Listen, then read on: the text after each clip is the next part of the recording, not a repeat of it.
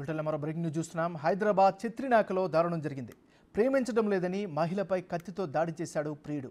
ప్రియురాలు గొంతు కోసి పారిపోయేందుకు ప్రయత్నించడంతో స్థానికులు పట్టుకుని చితకబాదారు.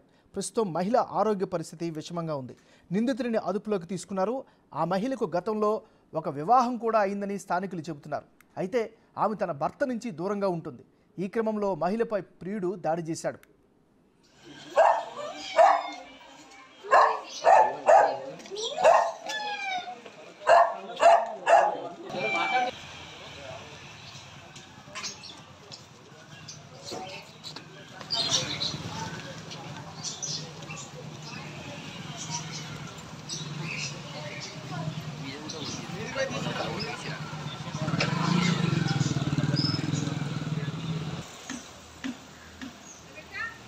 మహిళ ఒంటరిగా ఉన్న విషయాన్ని గమనించి ప్రియుడు మణికంఠ ఇంట్లోకి వెళ్ళాడు. ఆమెతో గొడవకి దిగాడు. వారి మధ్య మాట పెరగడంతో ఇంట్లోని కత్తిపీటతో గొంతు కోసేశాడు. అరుపులు విని కిటికీ అద్దాలు పగలగొట్టి చూడగా ఈ దారుణం వెలుగులోకి వచ్చింది. తీవ్ర గాయాలతో ఉన్న శ్రావ్యను ఆసుపత్రికి తరలించారు.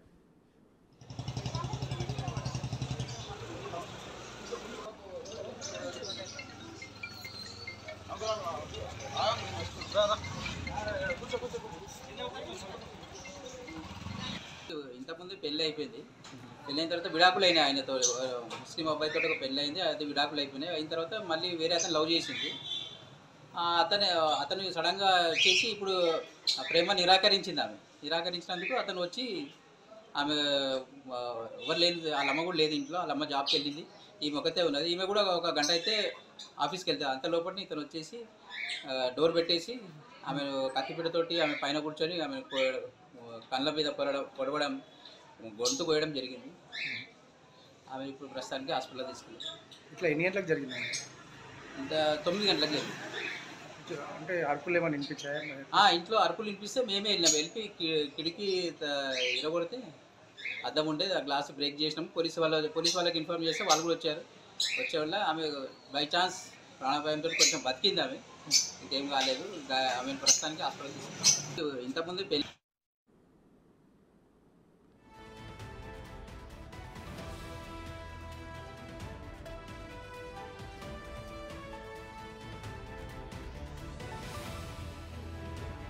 మనం బ్రేకింగ్ న్యూస్ చూస్తున్నాం. హైదరాబాద్ చిత్రినాకలో దారుణం జరిగింది. ప్రేమించడం లేదని మహిళపై కత్తితో దాడి చేశాడు ప్రియుడు. ప్రియురాలి గొంతు కోసి పారిపోయేందుకు ప్రయత్నించడంతో స్థానికులు పట్టుకుని చితకబాదారు. ప్రస్తుతం మహిళ ఆరోగ్య పరిస్థితి విషమంగా ఉంది. నిందితుడిని అదుపులోకి తీసుకున్నారు. ఆ మహిళకు గతంలో ఒక వివాహం కూడా అయిందని స్థానికులు చెబుతున్నారు. అయితే ఆమె భర్త నుంచి దూరంగా ఉంటుంది. ఈ క్రమంలో మహిళపై ప్రియుడు దాడి చేశాడు.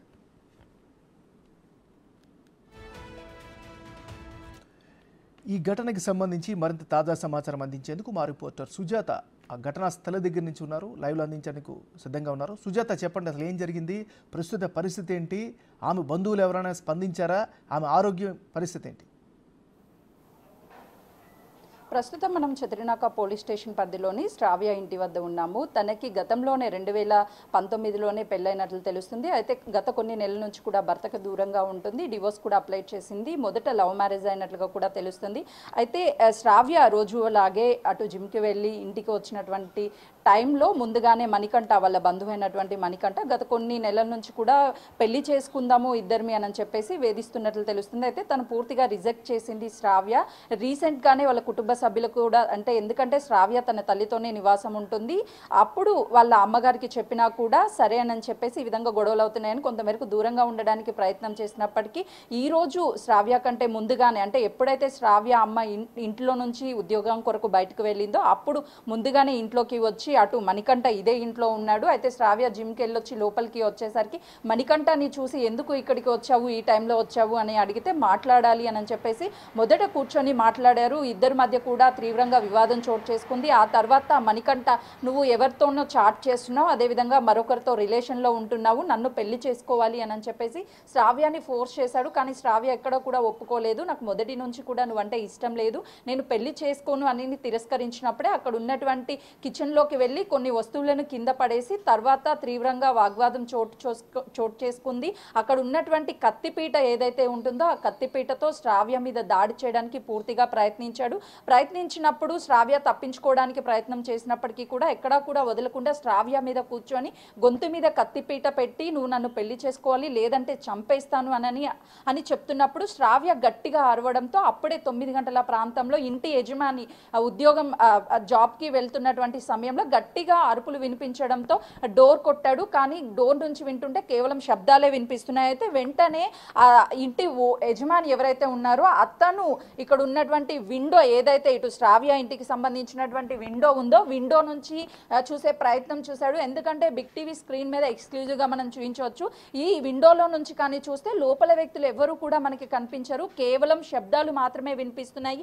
ఆ సమయంలో ఈ విండోకి సంబంధించినటువంటి గ్లాస్ ఏదైతే ఉందో ఆ గ్లాస్ని పూర్తిగా బ్రేక్ చేయంగానే అక్కడ ఉన్నటువంటి పాల ప్యాకెట్ మనకి కింద పడినటువంటి పాల ప్యాకెట్ కూడా కనిపిస్తుంది. అప్పుడే అటు మణికంఠ అక్కడే ఉండి తన మీద దాడి చేయడానికి అటు కిచెన్ నుంచి కూడా కొట్టుకుంటూ ఇక్కడికి వచ్చాడు. అటు మణికంఠ కూడా చేతిని కత్తితో కోసుకున్నాడు. తర్వాత శ్రావ్య మీద దాడి చేయబోయాడు. ఆ అరుపులు విన్నటువంటి ఈ ఇంటి యజమాని ఇక్కడే పక్కనే ఉన్నటువంటి పోలీస్ స్టేషన్లోకి కంప్లైంట్ అంటే 100కి కాల్ చేయగానే అటు పోలీసులు వెంటనే, ఎందుకంటే శ్రావ్య ఇంటి పక్కనే పోలీస్ స్టేషన్ ఉంది కాబట్టి పోలీస్ స్టేషన్ నుంచి పోలీసులు వచ్చి ఆ ఇంటికి సంబంధించినటువంటి డోర్ని అంతా కూడా బ్రేక్ చేసి లోపలికి వెళ్ళి అటు మణికంఠని అదుపులోకి తీసుకున్నారు. శ్రావ్యాని దగ్గరలో ఉన్నటువంటి ఒక ప్రైవేట్ హాస్పిటల్లో జాయిన్ చేశారు. ప్రస్తుతం అయితే మాత్రము ఆ శ్రావ్య ఆరోగ్య పరిస్థితి నిలకడగానే ఉందని డాక్టర్స్ చెప్తున్నారు. అటు కంటి మీద ఎక్కువగా కూడా గాయమైనటువంటి పరిస్థితి ఉంది. మొత్తానికైతే మాత్రం ఇప్పటికే పోలీసులు కేసు నమోదు చేసుకున్నారు. ఇంటి మొత్తాన్ని కూడా మొత్తం ఎక్కడికక్కడ వస్తువులను కింద పడేసి దాదాపు 2-3 గంటల పాటు ఇద్దరి మధ్య కూడా గొడవ చోటు చేసుకుంది. గతంలో శ్రావ్య తనకి వద్దు, నేను ఎలాంటి రిలేషన్స్ ఉండను, ఇప్పటికే గతంలో లవ్ మ్యారేజ్ అయింది, నాకు అదే బ్రేక్ అయిపోయింది, డివోర్స్కి అప్లై చేశాను, నువ్వంటే నాకు ఇష్టం లేదు అని చెప్తున్నప్పటికీ సుజాత దాడి చేసినటువంటి ప్రియుడు నిందితుడు ఎక్కడున్నాడు? వాళ్ళ కుటుంబ సభ్యులకి నిందితుడు ప్రెసెంట్ అయితే మాత్రము పోలీస్ స్టేషన్లో పోలీసు అదుపులో ఉన్నారు. ఎందుకంటే చతిర్నాక పోలీసులు ఇప్పటికే మణికంఠని అదుపులోకి తీసుకున్నారు. మణికంఠ మాత్రము తన చేతికి కూడా గాయమైంది కాబట్టి తనని కూడా పోలీసులు అదుపులోకి తీసుకున్నారు. గాయపరిచి పదే మణికంఠ వేధిస్తున్నాడు అని చెప్పేసి అది శ్రావ్య కుటుంబ సభ్యులు శ్రావ్య చెప్పడంతో ప్రస్తుతం అయితే మాత్రం పోలీసు అదుపులో ఉన్నాడు. సుజాత, ఇంకో విషయం చెప్పండి, బాధితురాలి కుటుంబ సభ్యులు ఎవరైనా స్పందించారా? వాళ్ళు ఏమంటున్నారు? వాళ్ళ వెర్షన్ ఏంటి మరి? ఇప్పటి వరకు అయితే మాత్రము శ్రావ్యకి సంబంధించినటువంటి వాళ్ళ పెద్దమ్మ ఇక్కడికి కొద్దిసేపటి క్రితమే వచ్చింది, బిగ్ టీవీతో కూడా మాట్లాడింది. ఉదయం నుంచి కూడా అటు శ్రావ్య కండిషన్ సీరియస్గా ఉంది, అసలు ఏం జరిగింది, 3 నెలల క్రితమే మాకు చెప్పింది శ్రావ్య, మణికంఠ నన్ను ప్రేమిస్తున్నాను, పెళ్లి చేసుకొని వేధిస్తున్నారు అని చెప్పి 3 నెలల క్రితమే కుటుంబ సభ్యులకి చెప్పిందంట. రీసెంట్గా చిన్నగా గొడవలు అవుతున్నప్పటికీ కూడా 3 నెలల క్రితమే ఇంట్లో చెప్పడంతో సరే ఇంట్లో వాళ్ళు అందరూ కూడా కుటుంబ సభ్యులు కలిసి కూర్చొని మాట్లాడదాము, ఎందుకంటే ఆల్రెడీ మణికంఠ కూడా దూర బంధువుగా తెలుస్తుంది.